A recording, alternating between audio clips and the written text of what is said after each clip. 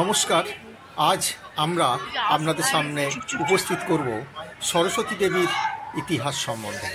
আসুন আমরা জেনে নিই সরস্বতী ঠাকুরের ইতিহাস কী।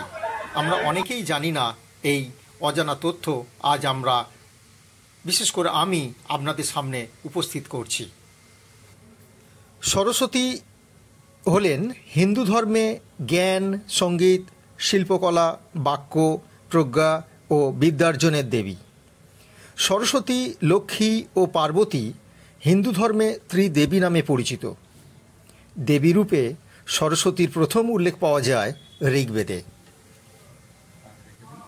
শিব ও পার্বতীর মেয়ে হিসেবেই আমরা বাঙালিরা সাধারণভাবে দেখতে অভ্যস্ত দেবী সরস্বতীকে। পুরাণ কিন্তু অন্য কথা বলছে। বাগদেবীর সৃষ্টি হয়েছিল ব্রহ্মার মুখগহ্বর থেকে। হিন্দু ধর্মে সর্বোচ্চ আসনে থাকা তিন দেবতার অন্যতম হলেন ব্রহ্মা। ব্রহ্মা, বিষ্ণু ও মহেশ্বরকে নিয়েই ত্রিমূর্তি। পুরাণ অনুসারে ব্রহ্মা হলেন স্বয়ম্ভু, অর্থাৎ তার কোনো পিতামাতা নেই, তিনি নিজেই নিজের জন্ম দিয়েছেন। এই আশ্চর্য জন্মের পর ব্রহ্মা ধ্যানে বসেন। সেই ধ্যানে তিনি তার সকল ভালো গুণকে একত্রিত করতে থাকেন, আর ব্রহ্মার সকল ভালো গুণ একত্রিত হয়ে তা ধীরে ধীরে এক নারীর আকার নিতে থাকে। এভাবেই ব্রহ্মার মুখগহ্বর থেকে সৃষ্টি হয় দেবী সরস্বতীর। ব্রহ্মার প্রথমে একটি মুখ ছিল। অন্তত সুন্দর সেই দেবীকে দর্শন করার জন্যই ব্রহ্মার আরও 4টি মুখ সৃষ্টি হয়। পুরাণ অনুসারে ব্রহ্মা এই বিশ্ব ব্রহ্মাণ্ড সৃষ্টি করলেও নিজের সৃষ্টি নিয়ে তিনি খুব একটা সন্তুষ্ট ছিলেন না। সরস্বতী তাকে এই বিশ্বকে কিভাবে আরও সুন্দর করে তোলা যায় সে সম্পর্কে পরামর্শ দেন। পুরাণের কোথাও কোথাও সরস্বতীর স্বামী হিসেবে বিষ্ণুর কথা উল্লেখ করা আছে, আবার কোথাও ব্রহ্মাকে সরস্বতীর স্বামী হিসেবে বলা হয়েছে। পুরাণের একটি কাহিনী অনুসারে একবার কোনো একটি অনুষ্ঠানে ব্রহ্মার পাশে সময় মতো এসে উপস্থিত হতে পারেননি সরস্বতী। সেই কারণে ব্রহ্মা গায়ত্রী নামে আরও এক স্ত্রীর সৃষ্টি করেন। সেই কথা জানতে পেরে অত্যন্ত ক্রুদ্ধ হয়ে ওঠেন সরস্বতী। তিনি ব্রহ্মাকে অভিশাপ দেন যে ত্রিমূর্তির অন্যতম হলেও মর্তলোকে ব্রহ্মার পূজা করা হবে না। সেই কারণে শিব ও বিষ্ণু পূজিত হলেও ব্রহ্মার মন্দির সেভাবে কোথাও দেখা যায় না। পুরাণ অনুসারে বাসন্তী পঞ্চমীতেই দেবী সরস্বতীর জন্ম হয়। সরস্বতী সকল বেদের মা মনে করা হয়। সকল শব্দ ও ভাষার উৎপত্তি তার থেকেই হয়েছিল বলে ব্রহ্মা সরস্বতীর নাম দেন বাগদেবী। আমাদের রাজ্যসহ পূর্ব ভারতের অনেক জায়গাতেই সরস্বতীকে শিব ও পার্বতীর কন্যা বলে মনে করা হয়। বৌদ্ধ ধর্মে সরস্বতীকে মঞ্জুশ্রী নামে আরাধনা করা হয়। আবার উপনিষদে উল্লেখ আছে সরস্বতী ঠাকুরের বিশেষ রহস্য সম্পর্কে। সরস্বতী, যার অর্থ প্রজ্ঞা, দেবীর গোপন জ্ঞান। এ হলো মধ্যযুগীয় একটি শেষ যুগের সংস্কৃত পাঠ এবং হিন্দু ধর্ম উপনিষদগুলির একটি। পাঠ্যটি 8টি শাক্ত উপনিষদের একটি হিসাবে শ্রেণীবদ্ধ এবং কৃষ্ণ যজুর্বেদে এটি উল্লেখ করা হয়েছে। যদিও সরস্বতী রহস্য নিয়ে উপনিষদের লেখক ও রচনাকাল আমাদের অজানা। এটিকে বলা হয় বিলম্বিত উপনিষদ। সম্ভবত মধ্যযুগের শেষের দিকের এটি রচনা।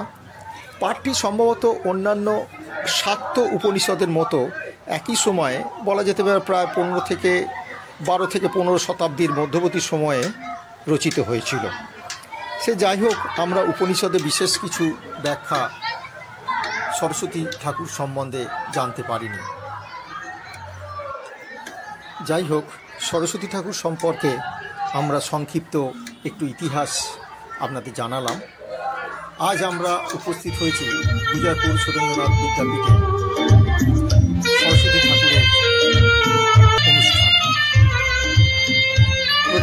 বছরের ন্যায় এবছরেও নিয়মিতভাবে পাঠ বা সরস্বতী পূজার্চনা হয়েছে, শেষ হয়ে গেছে। এখানে স্কুলের সমস্ত ছাত্ররা এসে উপস্থিত হয়েছে এবং সকলেই সাধ্যমতো এবং নিষ্ঠা ভরে পুষ্পাঞ্জলি দিয়েছে। এবং এবারে তাদের খাওয়ার পালা, খুব সকালে এসেছে, তাই তারা খাওয়ার জন্য অধীর আগ্রহে অপেক্ষা করছে। সামান্য কিছু স্কুলের তরফ থেকে করা হয়েছে খাবার এর আয়োজন, পনিরের তরকারি, আলুর দম এবং ফ্রাইড রাইস, চাটনি এবং মিষ্টি, এই সব আয়োজন করা হয়েছে। এই ছোট ছোট কচিকাচারা খুব তৃপ্তি ভরে খাচ্ছে এবং সকলেই বলছে খাবার খুব ভালো হয়েছে, ভীষণ ভালো হয়েছে। যাক, আমরা দেখে নিই এদের অভিব্যক্তি।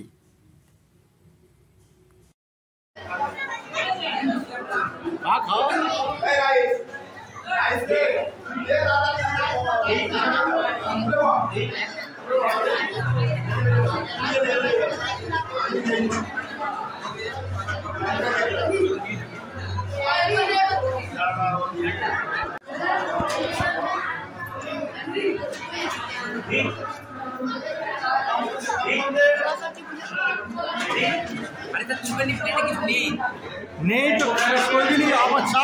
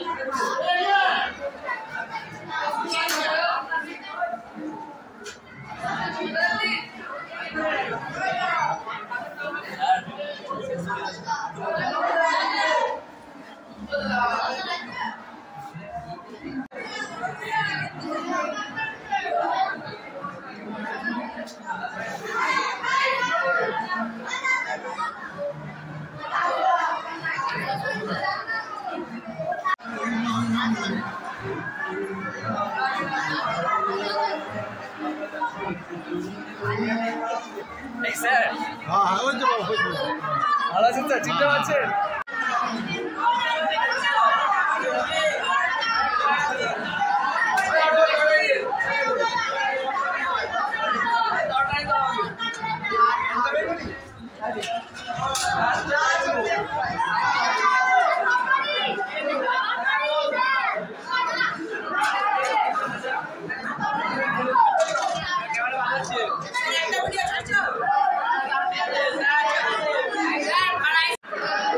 না, ও আর মুখ দেখাবে না, লজ্জা পেয়ে গেছে।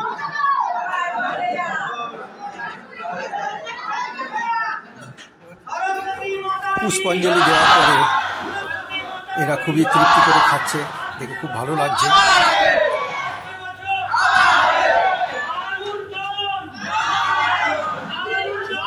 এদের মধ্যে ছোট ছোটরা যারা আছে তারা ভলেন্টিয়ার হয়েছে, তারাও পরিবেশন করছে। পুরো স্কুলের ছাত্ররাই যারা ভলেন্টিয়ার তারা পরিবেশন করছে সুন্দর করে।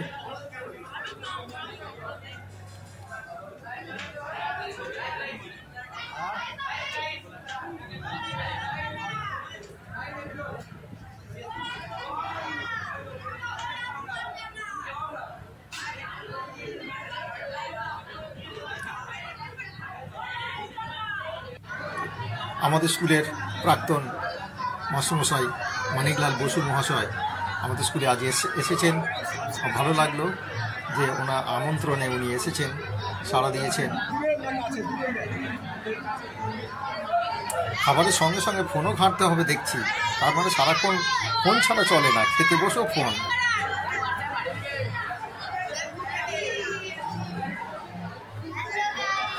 কথা আছে না, লেখাপড়া করে যে গাড়ি ঘোড়া চড়েছে, আর গাড়ি ঘোড়ায় চড়তে গেলে মন দিয়ে পড়াশোনা করতে হবে। আর সেই সাধনার জন্য সবসময় দেবী সরস্বতীর আশীর্বাদের প্রয়োজন, তোমরা নিশ্চয়ই জানো। কারণ বিদ্যা বুদ্ধি জ্ঞান শিল্প সাহিত্য সঙ্গীত কলা বিভাগের দায়িত্ব যিনি একা হাতে সামলাচ্ছেন তার নাম দেবী সরস্বতী। মাঘ মাসের শুক্ল পঞ্চমী তিথিতে মর্তলোকে পূজিত হন সৃষ্টিকর্তা ব্রহ্মার মানসকন্যা সরস্বতী, যিনি আবার দেবাদিদেব মহাদেব ও দেবী দুর্গার প্রিয় কন্যাও বটে। কথিত আছে প্রজাপতি ব্রহ্মা নাকি একবার গভীর ভাবনায় পড়ে যান। মর্তে সব দেবতার তীর্থ আছে, ব্রহ্মা বাদে। এখন মর্তের কোথায় ব্রহ্মা তীর্থ গড়ে তোলা যায়? সেই সমস্যা সমাধান করতে ব্রহ্মা সর্বরত্নময়ী শিলা ছুঁড়ে দিলেন পৃথিবীর বুকে। সেই শিলা গিয়ে পড়ল চমৎকারপুর বলে একটি জায়গায়। সেখানে প্রজাপতি ব্রহ্মাতীর্থ গড়ে তুলবেন বলে মনস্থির করলেন। তীর্থস্থানে পবিত্র নদী থাকা আবশ্যক, কারণ 3 বেলা নদীর পবিত্র জল পূজার্চনার কাজে লাগবে। অতপর ডাক পড়ল দেবী সরস্বতীর। কেন? কারণ গতিশীল জ্ঞানের জন্য সরস্বতী নদীরূপে কল্পিত। হিমালয়ের সমুখ পর্বতে তার উৎপত্তি, সেখান থেকেই হরিয়ানার আম্বালা জেলার সমতল ভূমিতে নদীরূপে অবতরণ করেন তিনি। গঙ্গার অভিশাপে 5000 বছরের জন্য মর্তে নদী হিসেবে বাস করতে বাধ্য হন সরস্বতী। ব্রহ্মার আহ্বানে পাতাল লোক থেকে উঠে এলেন দেবী, কিন্তু মর্তে নদীরূপে তিনি বিরাজ করতে পারবেন না। লোকজনের স্পর্শের ভয় পান তিনি বলেই তো তিনি পাতালে অবস্থান করেন। সেই সমস্যার সমাধান বার করলেন ব্রহ্মা। চমৎকারপুরে পাতাল লোকের সঙ্গে যুক্ত একটি হ্রদ খনন করলেন তিনি। সেখানেই দেবী সরস্বতী বিরাজ করতে লাগলেন অন্তঃসলীলা হয়ে। ভগবত পুরাণে আবার পাওয়া যায় সরস্বতীর জন্মের অন্য বৃত্তান্ত। দেবী আদ্যা প্রকৃতির একটি অংশ হিসেবে জন্ম হয় দেবী সরস্বতীর। শুম্ভ ও নিশুম্ভ নামে 2 দৈত্য একবার মর্ত ও স্বর্গে ব্যাপক তাণ্ডব চালায়। তাদের অত্যাচারের হাত থেকে দেবলোক ও ভূলোককে রক্ষা করতে দেবী দুর্গার শরীর থেকে জন্ম হয় আর এক দেবী প্রকৃতির, তিনি কৌশিকী, তিনি সরস্বতী। আবার কথিত আছে জগতের সকল জ্ঞানের আধার শ্রীকৃষ্ণের জিহ্বা থেকে নাকি জন্ম হয় দেবী সরস্বতীর। স্বয়ং শ্রীকৃষ্ণই মাঘ মাসের শুক্লপক্ষের পূর্ণ পঞ্চমী তিথিতে বাগদেবীর আরাধনার প্রবর্তন করলেন। বায়ুপুরাণ আবার জানায় অন্য তথ্য। দেবাদিদেব মহাদেব একবার পাপে পরিপূর্ণ পৃথিবীকে ধ্বংস করবেন বলে স্থির করেন। তার প্রবল তাণ্ডবে জগতের সৃষ্টি সম্পূর্ণভাবে বিনাশ হয়ে যায়। ধ্বংসের পরেই শুরু হয় নতুন করে সৃষ্টির বীজ বপনের প্রক্রিয়া। সেই সময় অনেক ভেবে সৃষ্টির দায়িত্ব পালনকারী প্রজাপতি ব্রহ্মা তার অন্তর থেকে জন্ম দেন এক দেবীর। নতুন জগৎকে জ্ঞান, শিল্প, সৌন্দর্যের আলো দিয়ে ভরিয়ে তোলাই ছিল সেই দেবীর কাজ। তিনি পরে জগতে বন্দিত হন দেবী সরস্বতী রূপে।